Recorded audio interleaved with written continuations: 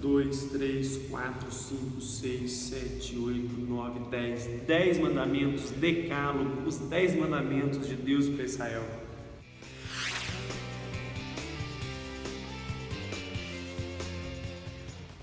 Fala galera, quero cumprimentar vocês com a paz do Senhor Jesus. É uma alegria ter vocês aqui novamente em mais um dia do nosso propósito, paixão pela palavra.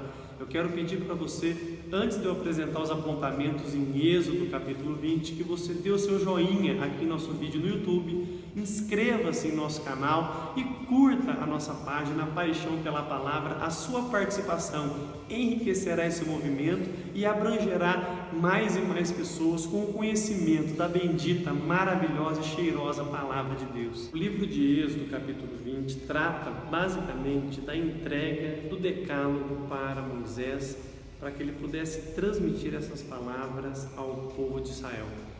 Você vai encontrar nesse capítulo um resumo, uma forma bem resumida daquilo que seria o propósito de Deus para o povo de Israel, um caminho em que Deus lhes apresentava uma proposta, uma alternativa à antiga vida de pecado que eles viviam.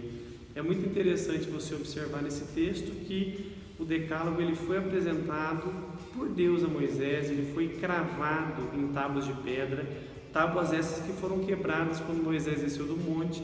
Então nós vamos ler em Êxodo capítulo 34 que Deus grava mais uma vez essa mensagem em pedras para que sejam preservadas dentro da Arca da Aliança. Se você puder observar na sua Bíblia, você vai identificar no texto quais são os 10 mandamentos. Eu vou estar lendo aqui para vocês. O primeiro deles, não ter outros deuses além do Senhor. O segundo, não fazer para si nenhum ídolo. O terceiro, não falar o nome de Deus em vão. O quarto, lembrar do dia de descanso para o santificá-lo. No contexto de Israel seria o sábado, no contexto da igreja cristã, o domingo. Honrar o pai e a mãe, não matar, não adulterar, não furtar, não dar falso testemunho, não cobiçar a mulher e nada do próximo. Então esses são os mandamentos que foram deixados por Deus para o povo de Israel. Eles resumem de uma forma bem tremenda tudo aquilo que Deus haveria de falar nas prescrições que seriam apresentadas ao povo na continuidade do livro. Se você observar com um pouco mais de clareza, você vai perceber que os mandamentos se resumem em 2 ordenanças apenas. Do primeiro ao 4º mandamento, amar a Deus sobre todas as coisas. Do 5º ao 10º mandamento, amar o próximo como a si mesmo. Então, o próprio Senhor Jesus se apropriou desta divisão dupla para poder mostrar que toda a lei poderia ser cumprida se cada um dos seus discípulos sinceramente observasse esses 2 preceitos. Amar a Deus sobre todas as coisas e amar o próximo como a si mesmo.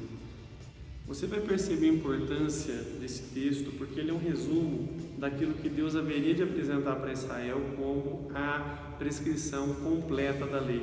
Toda a lei que Deus apresentou a Israel através de Moisés era um conjunto de 613 normas. E segundo o judaísmo, infringir um único desses mandamentos, uma única dessas ordenanças, seria errar em toda a lei. Algo bem parecido com aquela afirmação de Tiago, quando ele disse que se tropeçássemos num ponto da lei, tropeçaríamos nela toda. Observe então a complexidade de se observar a lei na sua totalidade. De fato, o propósito de Deus sempre foi, através da entrega da lei, evidenciar a malignidade do pecado e preparar o povo para aquilo que seria superior à lei, a justiça por meio da fé em Jesus Cristo.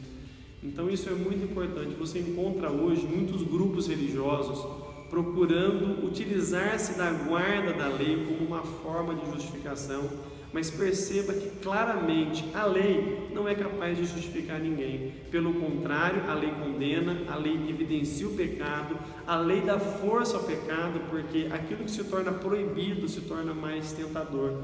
Mas Deus nos deu um caminho muito superior na nova aliança, a aliança que foi firmada conosco através de Jesus Cristo.